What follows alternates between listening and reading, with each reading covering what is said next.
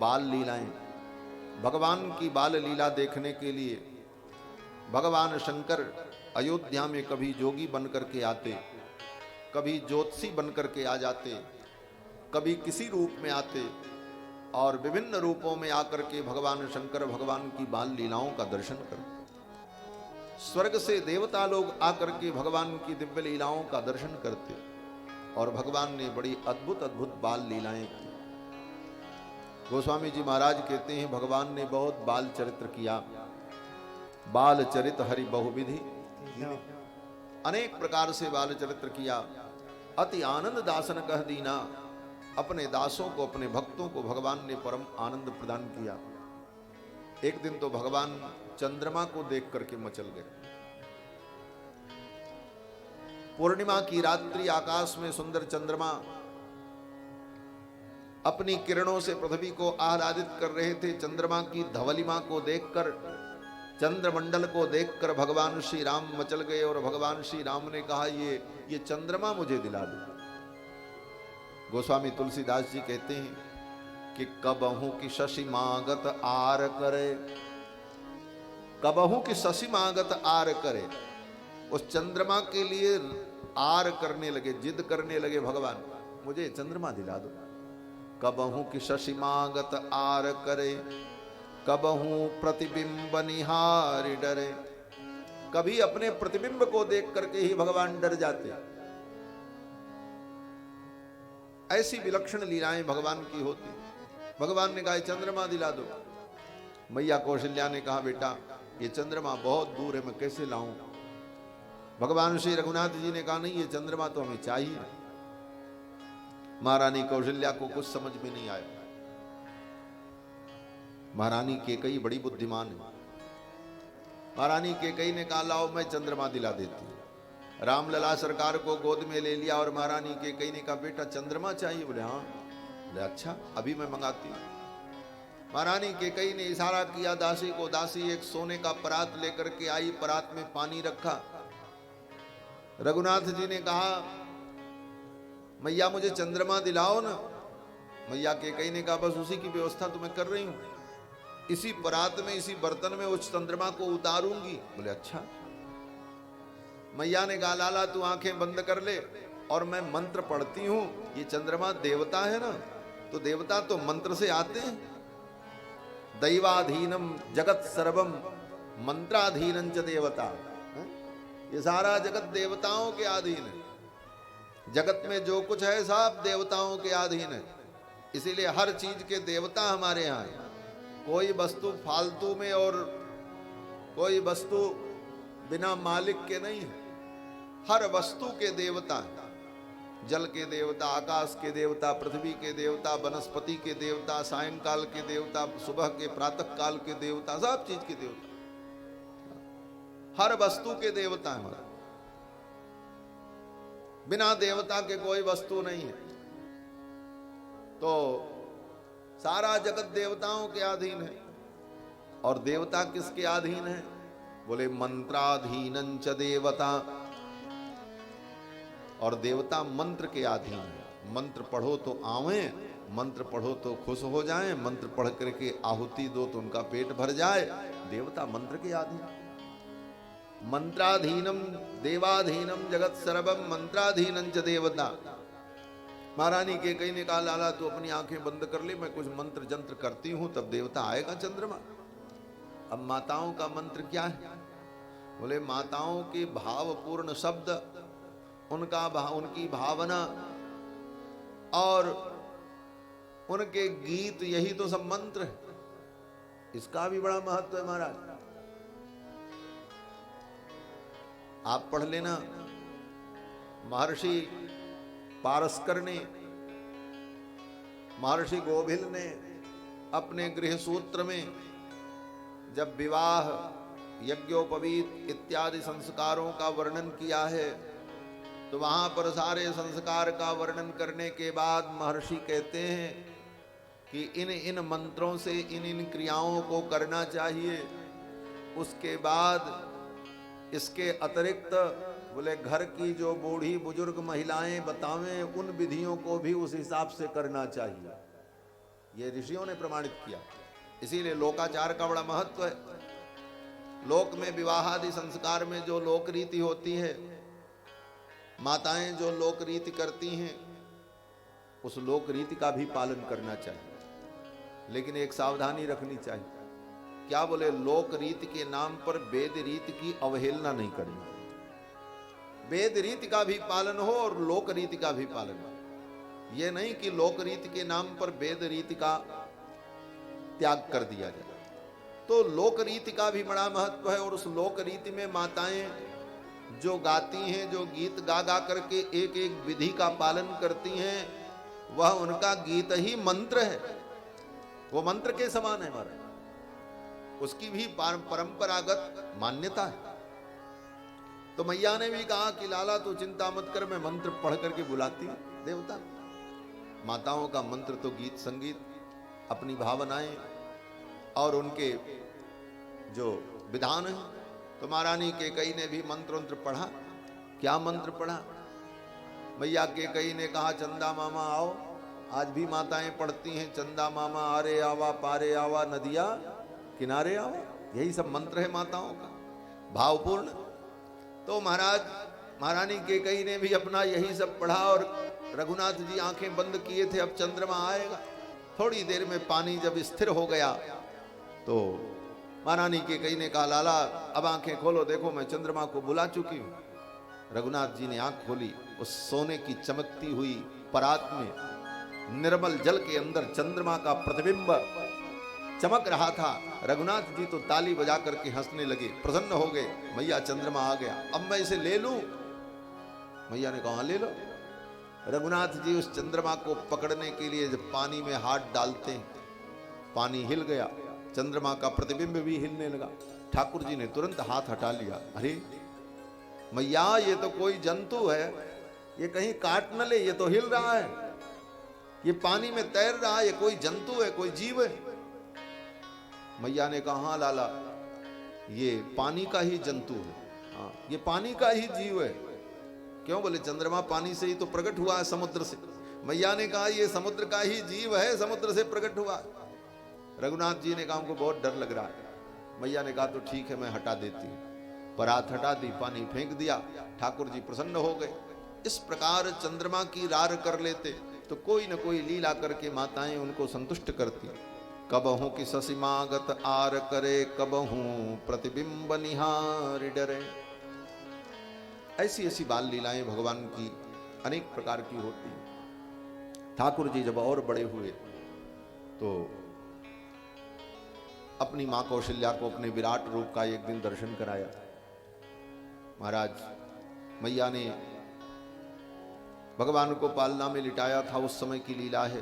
भगवान ने अपनी मां को अपने विराट रूप का दर्शन कराया। इस बाल लीला का वर्णन गोस्वामी जी ने मानस जी में किया। भगवान धीरे धीरे जब बड़े हुए तो इनका यज्ञोपवीत संस्कार होता है और गुरुकुल में पढ़ने जाते हैं। गोस्वामी जी महाराज कहते हैं, जब ही कुमार भये सब भ्राता, दीन जनेऊ गुरु पितु माता। भये कुमार जब ही सब भ्राता, भये कुमार जब ही सब भ्राता, दीन जनेऊ गुरु पितु माता, दीन जनेऊ गुरु पितु माता, दीन जनेऊ गुरु पितु माता, दीन जनेऊ गुरु पितु माता। हरे कुमार जब ही सब भ्राता, हरे कुमार जब ही सब भ्राता, हरे कुमार जब ही। चारों भाई जब कुमार हुए, बड़े हुए, इनका यज्ञोपवीत संस्कार हुआ। दीन जनेऊ गुरु पितु माता। और फिर यज्ञोपवीत संस्कार के बाद चारों भाई गुरुकुल में गुरुदेव वशिष्ठ के आश्रम में पढ़ने के लिए जाते। यज्ञोपवीत संस्कार इसीलिए होता है, ये अध्ययन का संस्कार है। संस्कार का कई अर्थ और प्रयोजन होता है। ये जितने संस्कार हैं सब संस्कारों के अलग अलग अर्थ और प्रयोजन हैं। संस्कार का एक प्रयोजन होता है मलापनयन, दूसरा प्रयोजन होता है संस्कार का अतिशयाधान, और संस्कार का तीसरा प्रयोजन है कार्यांतर योग्यता पादकत्व। इन तीन कारणों के लिए संस्कार होते हैं, इन तीन चीजों के लिए। पहला मलापनयन, कुछ संस्कार इसलिए होते हैं कि उसके अंदर जो कमियां हैं उन कमियों को संस्कार के द्वारा दूर कर दिया जाए, एक काम यह है संस्कार का। और दूसरा काम अतिशयाधान, संस्कार के द्वारा उसके अंदर गुणों की और विशेषताओं की वृद्धि कर दी जाए, इसको कहते हैं अतिशयाधान। और संस्कार का तीसरा काम होता है कार्यांतर योग्यता पादकत्व, आगे होने वाले कार्य को करने की योग्यता सिद्ध करना। ये तीन कारण होता है। गर्भ में जब बालक आता है तो गर्भाधान, जात कर्म और सीमंतोन्नयनादि जो संस्कार होते हैं वो इसलिए होते हैं कि गर्भ के अंदर जो दोष है उन दोषों का निराकरण हो जाए, मलापनयन के लिए होते हैं। उसके बाद नामकरण इत्यादि संस्कार जो होता है वो अतिशयाधान है, उसके अंदर कुछ विशेषताओं का स्थापन हो जाता है। और यज्ञोपवीत संस्कार और विवाहादि संस्कार जो हैं बोले ये कार्यांतर योग्यता पादकत्व के लिए। कार्यांतर योग्यता क्या है? बोले इस संस्कार के बाद जो आगे कार्य आपको करना है उस कार्य को करने की योग्यता प्राप्त हो जाए। विवाह संस्कार क्या है? बोले विवाह दो लोगों का होता है, बाकी सारे संस्कार एक लोगों के होते हैं। लेकिन विवाह बोले विवाह वर वधू का होता है। क्यों? बोले ये संस्कार कार्यांतर योग्यता पादकत्व का संपादन करता है। क्यों? बोले संतान पैदा करनी है, और संतान एक व्यक्ति तो पैदा नहीं करेगा, दोनों मिलकर के करेंगे। तो आगे संतानोत्पत्ति रूपी जो कार्य होना है उस कार्य की योग्यता दोनों में हो जाए, और उन दोनों में योग्यता का संपादन हो, इसलिए दोनों का विवाह संस्कार हो। तो विवाह संस्कार के बाद संतानोत्पत्ति की योग्यता प्राप्त हो गई, तो कार्यांतर योग्यता। और उसके बाद विवाह संस्कार के बाद जो अग्निहोत्रादि धर्म करना है उन धर्मों को करने की योग्यता। उसी प्रकार यज्ञोपवीत संस्कार, यज्ञोपवीत संस्कार क्या है?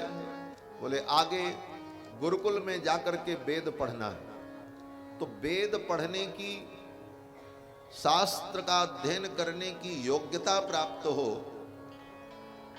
इसके लिए जो संस्कार है इसका नाम यज्ञोपवीत संस्कार। गुरु के चरण में रह करके वेदादि शास्त्रों को अध्ययन करने की योग्यता संपादित करनी है, कार्यांतर योग्यता। आगे जो कार्य हमें करना है अध्ययन कार्य, उस अध्ययन की योग्यता हमें प्राप्त हो, इसलिए यज्ञोपवीत संस्कार। और तब यज्ञोपवीत संस्कार के बाद गुरुकुल में जाकर के व्यक्ति वेदादि शास्त्रों का गुरु के चरण में बैठकर अध्ययन करता है। भगवान श्री राम भी गुरुकुल में गए अध्ययन करने के लिए। गुरु गृह गए पढ़न रघुराई, अल्पकाल विद्या सब आई। अल्पकाल में समस्त विद्याओं को प्राप्त कर लिया।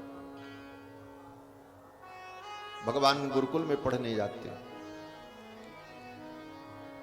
अगर श्री दशरथ जी महाराज चाहते तो गुरुदेव वशिष्ठ से कह देते, गुरुदेव मेरे बच्चे बड़े दुलारे हैं, बड़े लाडले हैं, मैं इनके बिना रह नहीं सकता, ये मेरी आंखों से ओझल हो, हमें सुख नहीं मिलेगा। तो मैं चाहता हूं कि गुरुदेव आप यहीं मेरे बच्चों को पढ़ा दिया करो, ये गुरुकुल में न जाएं, यहीं रह करके पढ़ ले। अगर दशरथ जी ऐसा कहते तो गुरुदेव वशिष्ठ मान जाते और कहते हाँ राजन कोई बात नहीं, मैं यहीं पढ़ा दिया करूंगा। अरे गुरुजी रोज आते थे दरबार में, तो वहीं बच्चों को पढ़ा देते। और अगर गुरुजी ये कहते कि आपके बच्चों को तो यहां हम पढ़ा देंगे, लेकिन बाकी विद्यार्थी तो गुरुकुल में है, फिर वहां पढ़ाने हमको जाना ही पड़ेगा, तो हमारा समय बर्बाद होगा, अधिक समय लगेगा। एक बार यहां पढ़ावें फिर वहां पढ़ावें। तो दशरथ जी इसका भी विकल्प ढूंढ लेते। दशरथ जी कह देते महाराज चिंता मत करो, उन सब विद्यार्थियों को भी आप यहीं बुला लो, ये मेरा महल आप ले लो, इसी को गुरुकुल बना दो, हम दूसरा महल बना लेंगे। दशरथ जी के पास कोई धन की तो कमी थी नहीं। जिनके धन को देखकर कुबेर को भी लज्जा होती थी। अवध राज सिरराज सिहाई, अवध राज सुरराज सिहाई, दशरथ धन लखि धनद लजाई। दशरथ जी के धन को देखकर कुबेर को भी लज्जा हो। और दशरथ जी इतने उदार, वो कहते ठीक है महाराज मेरा महल ही आप ले लो, इसी को आप गुरुकुल बना दो, विश्वविद्यालय बना दो, हम दूसरा महल बना लेते हैं और यहीं सभी बच्चे पढ़ेंगे, आपके अन्य शिष्य भी रहें और हमारे बच्चे भी रहें। ये भी हो सकता था, लेकिन नहीं, जो मर्यादा है वो मर्यादा है और वो सबके लिए। भगवान ने भी उस मर्यादा का पालन किया और राजा के पुत्र होकर, चक्रवर्ती सम्राट के पुत्र होकर के गुरुकुल में जाकर गुरु जी की सेवा करके वेदादि शास्त्र का अध्ययन करते। गुरु जी की गाय को चराते, नंदिनी गाय को भगवान रघुनंदन चराते, गो सेवा करते। रघुनाथ जी ने बड़ी गो सेवा की और गो सेवा से ही रघुनाथ जी को सब कुछ प्राप्त हो गया। कृष्ण तो गोपाल है ही, कृष्ण रूप में वो गोपाल हैं, गौ की सेवा करते हैं, गोचारण करते हैं, लेकिन रघुनाथ जी ने भी अपने गुरु जी के आश्रम में रहकर के गौओं की सेवा की, गोचारण की। श्री रघुनाथ जी चारों भाई जब यज्ञोपवीत संस्कार के बाद गुरुकुल में पढ़ने जाते हैं, गुरुकुल के विद्यार्थियों को पता लगा कि श्री रघुनाथ जी चक्रवर्ती सम्राट श्री दशरथ के पुत्र चारों भाई गुरुकुल में पढ़ने आने वाले हैं। कल उनका प्रवेश होगा, कल उनका आगमन है।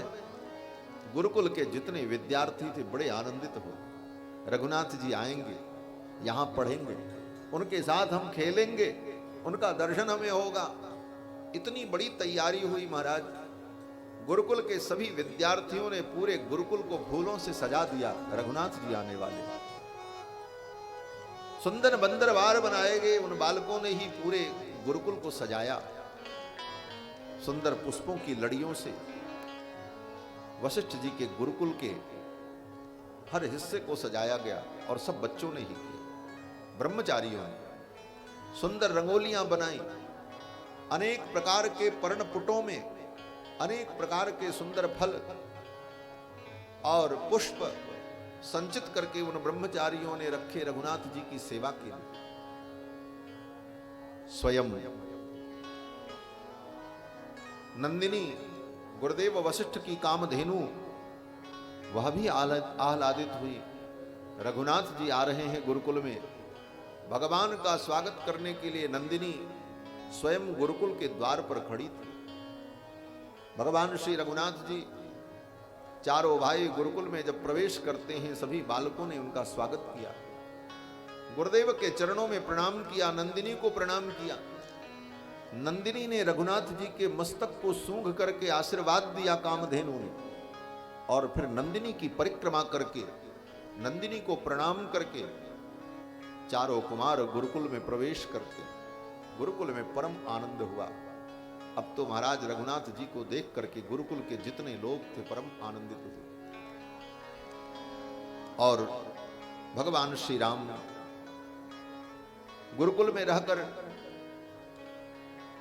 सेवा धर्म का पालन करते, नंदिनी को चराने ले जाते, नंदिनी का गोबर उठाते, नंदिनी को चारा देते, और जो गायें थी उन गायों की भी सेवा करते, जंगल से लकड़ी लेकर के आते, गुरु जी के आश्रम में भगवान श्री रघुनंदन झाड़ू लगाते। इस प्रकार सेवा करके गुरुकुल में रह करके गुरु जी को प्रसन्न करके समस्त विद्याएं प्राप्त। भगवान को क्या प्राप्त करना है? सारी विद्या तो भगवान के मन में प्रतिष्ठित है। चारों वेद परमात्मा के श्वास भूत हैं। भगवान को क्या प्राप्त करना है? लेकिन भगवान ने इस मर्यादा का पालन किया कि गुरु की सेवा से ही ज्ञान प्राप्त होता है। गुरु शुश्रूषया विद्या, गुरु की शुश्रूषा से, गुरु की सेवा से ही विद्या प्राप्त होती है। चतुराई से विद्या नहीं प्राप्त होती। लोग चतुराई से विद्या प्राप्त करना चाहते, चतुराई से कभी विद्या नहीं मिलती। बहुत चतुर लोगों को भी विद्या नहीं मिलती। विद्या तो गुरु की सेवा से मिलती। गुरु के चरणों में श्रद्धा और गुरु की सेवा, ये विद्या का मूल मंत्र है। गुरु शुश्रूषया विद्या, गुरु की शुश्रूषा से विद्या प्राप्त होती। और चतुराई से कि हम कुछ जान लें, सीख लें और कहीं हमें सिर भी न झुकाना पड़े, हमारा अभिमान भी बना रहे, बोले तब उसको विद्या नहीं प्राप्त होती, उसको अविद्या प्राप्त होती है। विद्या का व्यर्थ दंभ उसे प्राप्त हो जाता है। विद्या का व्यर्थ अभिमान लेकर के ढोता रहता है, विद्या नहीं प्राप्त होती। विद्या तो वो है, विद्या सा जा विमुक्त है। विद्या तो वो है जो तुम्हें अभिमान से मुक्त कर दे और अज्ञान से मुक्त कर दे, और वो विद्या गुरु के चरणों की सेवा से प्राप्त है।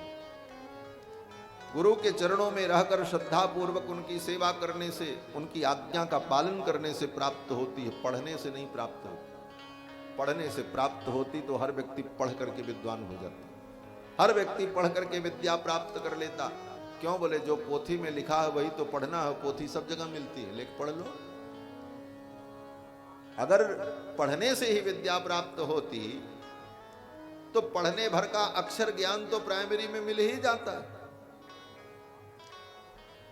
फिर पढ़ो अपने से, सारी पोथी मिल रही है, हर पोथी मिल जाती, पढ़ करके सब ज्ञान ले लो। कहां होता है? बोले जब तक गुरु की कृपा न हो, आचार्य की कृपा न हो, और आचार्य की कृपा सेवा से। गुरुकुल में रह करके भगवान श्री रघुनाथ ने, चारों कुमारों ने केवल गुरु जी की सेवा ही की। पढ़ने का तो अवसर ही नहीं हुआ कि गुरु जी बैठ करके कुछ पढ़ावें और राम जी पढ़ें। सारा दिन सेवा में और नित्य कर्म में ही बीत जाता था। नित्य कर्म में ही इतना जाता होता था। ब्रह्मचारी के नित्य कर्म सवेरे उठ करके संध्या वंदन करना है, समिधाधान करना है, भिक्षाचरण करना है, फिर गुरु जी की सेवा करनी है, आश्रम की सेवा करनी है।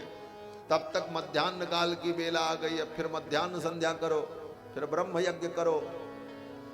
यही सब करते, क्रियाकलाप करते करते ही दिन बीत जाता। गुरु जी की सेवा, पोथी खोल करके पढ़ने का अवसर कहां? आज भी वैदिक परंपरा में यही है, पढ़ने का अवसर बहुत कम होता है। सेवा और विधान और नियम का पालन, इसी में सारा समय बीत जाता है। पढ़ने का थोड़ा बहुत अवसर मिलता है, लेकिन वो सेवा और विधान करते हुए व्यक्ति जब चलता रहता है तो थोड़ा सा पढ़ने पर ही उसको विशेष ज्ञान मिल जाता है। थोड़ा पढ़ने पर ही विशेष ज्ञान प्राप्त हो जाता है। हम लोगों ने देखा है, हमारे गुरुदेव भगवान के साथ महीनों महीनों हम लोग रहे। 2-4 दिन में, 4 दिन में, 5 दिन में कभी एक दिन मौका मिले उनके सामने बैठ करके पोथी खोलने का। हाँ, नहीं तो दिन भर ऐसे ही सब विधि विधान, आज ये करना तो आज वो करना, आज ये हो रहा, आज वो हो रहा, इसी में सारे समय चले। लेकिन गुरु की प्रसन्नता, उनका आशीर्वाद, उनकी कृपा ही वो समस्त विद्या प्रदान कर देती। गुरुदेव वशिष्ठ प्रसन्न हो गए। श्री रघुनाथ जी की सेवा और एक दिन गुरुदेव वशिष्ठ ने कहा रघुनाथ जी से, राम जाओ नंदिनी को जाकर के प्रणाम करो और साथ में द्रोण पुटक लेकर के जाना, पत्ते का बना हुआ दोना लेकर के जाना और नंदिनी को प्रणाम करके परिक्रमा करना और नंदिनी के पयोधर से जब दुग्ध गिरने लग जाए तो उस दुग्ध को उस दोने में लेकर के पी लेना। चारों भाई आए, नंदिनी को प्रणाम किया, परिक्रमा की। नंदिनी तो कामधेनु गुरुदेव वशिष्ठ की भावनाओं को समझती, तुरंत नंदिनी के चारों पयोधर से झरझर झरझर दुग्ध निर्झरित होने लगा। राम लक्ष्मण भरत शत्रुघ्न चारों ने अपने पात्र लगाए और नंदिनी के दूध को उस दोने में लिया और पी लिया, आचमन कर लिया। उसी समय समस्त विद्याएं उनके अंदर प्रकट हो गई, कुछ नहीं पढ़ना पड़ा। कामधेनु नंदिनी के पय का पान करने मात्र से गुरुदेव वशिष्ठ की कृपा से अल्पकाल विद्या सब आई। गुरु गृह गए पढ़न रघुराई, गुरु गृह गए पढ़न रघुराई, अल्पकाल विद्या सब आई, अल्पकाल विद्या सब आई, अल्पकाल विद्या सब आई, अल्पकाल विद्या सब आई। जाति सहज श्वास श्रुति चारी, जाति सहज श्वास श्रुति चारी, सो हरि पढ़े यह कौतुक भारी, सो हरि पढ़े यह कौतुक भारी। गुरु गृह गए पढ़न रघुराई, गुरु गृह गए पढ़न रघुराई। अल्पकाल विद्या सब आई। अल्पकाल विद्या सब पाई नहीं, अल्पकाल विद्या सब आई। अगर चौपाई में गोस्वामी जी पाई भी लिख देते तो चौपाई तो बन जाती। गुरु गृह गए पढ़न रघुराई, अल्पकाल विद्या सब पाई, लेकिन नहीं, अल्पकाल विद्या सब आई। पाई का मतलब राम जी ने विद्या को प्राप्त किया और आई का मतलब बोले विद्या ने राम जी को प्राप्त किया, इतना अंतर। भगवान श्री राम ने विद्याओं को प्राप्त नहीं किया। शिष्य का तो केवल इतना धर्म है कि वो अपने अंदर योग्यता का संपादन करे, पात्रता का संपादन करे। अगर उसके अंदर पात्रता होती है तो विद्याएं स्वयं चल करके उसके पास आ जाती है। रघुनाथ जी ने पात्रता का संपादन किया, गुरु के चरणों में रह करके शिष्य की पात्रता का निर्माण हुआ। और पात्रता का निर्माण होगा तो विद्याएं तो स्वतः तैयार बैठी रहती। महाराज, कोई पात्र मिले जिसमें मैं अपने आप को प्रतिष्ठित कर सकूं, और गुरु के चरणों में रह करके केवल पात्रता का निर्माण किया जाता है। पात्रता का निर्माण हो तो विद्याएं स्वतः चल करके आ जाती हैं, और समस्त विद्याएं स्वतः चल करके रघुनाथ जी के पास आ गईं। अल्पकाल विद्या सब आई, चल करके आ गई। आगे भी वर्णन आएगा। विश्वामित्र जी के साथ जब रघुनाथ जी गए तो वहां भी सारी विद्याएं आकर के सामने प्रकट हो गईं, और विद्याओं ने कहा हम आपके लिए आए हैं, आप हमें स्वीकार करो। उन समस्त विद्याओं को रघुनाथ जी ने प्रणाम किया और कहा हमारे मन में प्रतिष्ठित हो जाओ। सारी विद्याएं भगवान के मन में प्रतिष्ठित हो गई। कहने का भाव कि हमारे अंदर पात्रता हो, पात्रता का निर्माण ही महत्वपूर्ण बिंदु है। संसार में दुर्लभ कुछ नहीं है, असंभव कुछ नहीं है। असंभव अगर कुछ है तो यही है कि हम अपने जीवन में अपनी पात्रता का निर्माण नहीं कर पाते। पात्रता का निर्माण ही एकमात्र कर्तव्य है, बाकी सब कुछ तो प्राप्त ही होती है। भगवान श्री रघुनाथ जी ने समस्त विद्याएं प्राप्त की, सर्वे ज्ञानोपसंपन्ना सर्वे समुदिता गुणैः। महर्षि वाल्मीकि कहते हैं चारों भाई सर्वे ज्ञानोपसंपन्ना, चारों भाई ज्ञान संपन्न हो गए। सर्वे समुदिता गुणैः, और उनके अंदर सारे दिव्य गुण प्रकट हो गए। सर्वगुण संपन्न होकर गुरुदेव को प्रणाम करके गुरु जी को उचित दक्षिणा देकर और गुरुकुल से लौट करके चारों भाई आए। पढ़कर समावर्तन संस्कार हुआ। गुरुकुल से जब विद्यार्थी अध्ययन करके लौटता है उस समय संस्कार होता है, उसका नाम समावर्तन संस्कार। समावर्तन माने सम्यक रूप से आवर्तन, लौटना। समावर्तन संस्कार में गुरु के द्वारा उस शिष्य को स्नातक की उपाधि दी जाती है। स्नातक का मतलब क्या है? स्नातक कोई कागज की डिग्री नहीं है, कागज पे लिख करके दी जाने वाली कोई डिग्री नहीं है। आज तो स्नातक की डिग्री यही रह गई है। किसी भी विश्वविद्यालय महाविद्यालय से जो डिग्री मिलती है वो कागज पे लिखी रहती है, स्नातकोत्तर और स्नातक की उपाधि। लेकिन स्नातक का मतलब होता है गुरुकुल में रह करके उसने वेद का अध्ययन किया, ज्ञान प्राप्त किया। अब वहां से जब वो लौटता है समावर्तन संस्कार में, तो गुरु के द्वारा उस शिष्य को स्नान कराया जाता है। अलग अलग कई कलशों में पवित्र जल को रखकर वेद मंत्र से अभिमंत्रित करके गुरुदेव उस विद्यार्थी का अभिषेक करते हैं, स्नान कराते हैं। औषधि मिश्रित जल और मंत्र से अभिमंत्रित जल से उसे स्नान करा करके तब उसे घर के लिए विदा करते हैं। अब जाओ, तुम्हारी पढ़ाई पूरी हो। तो गुरु के द्वारा उस शिष्य को जो स्नान कराया जाता है, वह स्नान जब संपन्न हो गया तो उसी को स्नातक कहते हैं। स्नातक का मतलब जिसने स्नान कर लिया, ये अर्थ है उसका। ये बड़े बड़े स्नातकोत्तर की डिग्री देने वालों को भी नहीं पता होगा कि स्नातक का मतलब क्या होता है। स्नातक का मतलब जिसने स्नान कर लिया, गुरुदेव के द्वारा उन मंत्रों से औषधि से मिश्रित जल के द्वारा विद्या प्राप्त करके विद्या की पूर्णता पर जिसने स्नान कर लिया हो, उसको कहते हैं स्नातक। और वो स्नान गुरु जी कराते हैं और कोई नहीं कराता। और वो स्नान क्यों कराते हैं? बोले उसके पहले तक उसको स्नान करने के लिए ब्रह्मचारी के लिए बड़े कठोर नियम रहते हैं। ब्रह्मचारी गुरुकुल में पढ़ने जाए,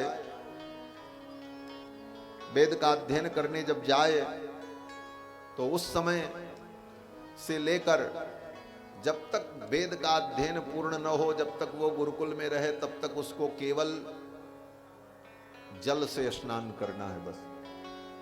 और भी जल में कैसे स्नान करना है? केवल डुबकी लगा लो, ऊपर से पानी डाल लो बस। यहां तक की विधि है कि देह को रगड़ करके भी स्नान करना निषेध है ब्रह्मचारी का। साबुन तेल लगाना, हिस्नो पाउडर लगाना, दिन भर 25 बार शीशा देखना, ये सब तो बहुत दूर की बात है। स्नान भी करना है तो केवल जल डाल लेना है शरीर पर, अथवा नदी तड़ाग में डुबकी लगा लेना। तो उतने दिनों तक वो ब्रह्मचारी कभी शरीर को मल करके भी स्नान नहीं कराता, उसका शरीर रुक्ष हो जाता है। और जब उस दिन उसे पुनः विदा करना होता है, तब गुरु जी उसको विधिवत स्नान कराते हैं। आज ये औषधि से नहाएगा, विभिन्न मंत्रों के द्वारा, सुगंधित द्रव्यों के द्वारा स्नान करा करके तब उस ब्रह्मचारी को गुरुदेव विदा करते। तो वह स्नान जिसका संपन्न हो जाता उसको स्नातक कहते। यही स्नातक होना। स्नातक हो जाने के बाद भी अगर उस शिष्य में ये भावना हो कि विधि पूर्वक मेरा स्नान तो हो गया, समावर्तन तो हो गया, लेकिन अभी कुछ दिन तक गुरु जी के पास रह करके कुछ गंभीर विषयों का और हम चिंतन करें, इसलिए वो कुछ दिन तक रुक करके और भी गंभीर विषयों का जब चिंतन करता है, तब वहां से जब चलता है तब उसे गुरुजी आशीर्वाद देकर के विदा करते हैं, वो स्नातकोत्तर हो जाता है। स्नातकोत्तर, स्नातक के बाद उत्तर काल में भी गुरु के चरणों में रह करके उसने जो ज्ञानार्जन किया, विषयों की समीक्षा की, तब उसे वो विशेष उपाधि मास्टर की डिग्री, मास्टर ऑफ आर्ट जो एमए की डिग्री होती जिसको आज स्नातकोत्तर कहते हैं, तब वो उस विषय का विशेषज्ञ बन करके वहां से लौटता। इस प्रकार से गुरुकुल में रहकर वेदादि का अध्ययन करने का जो विधान भगवान श्री रघुनाथ जी ने, चारों भाइयों ने इस प्रकार अध्ययन किया। सर्वे ज्ञानोपसंपन्न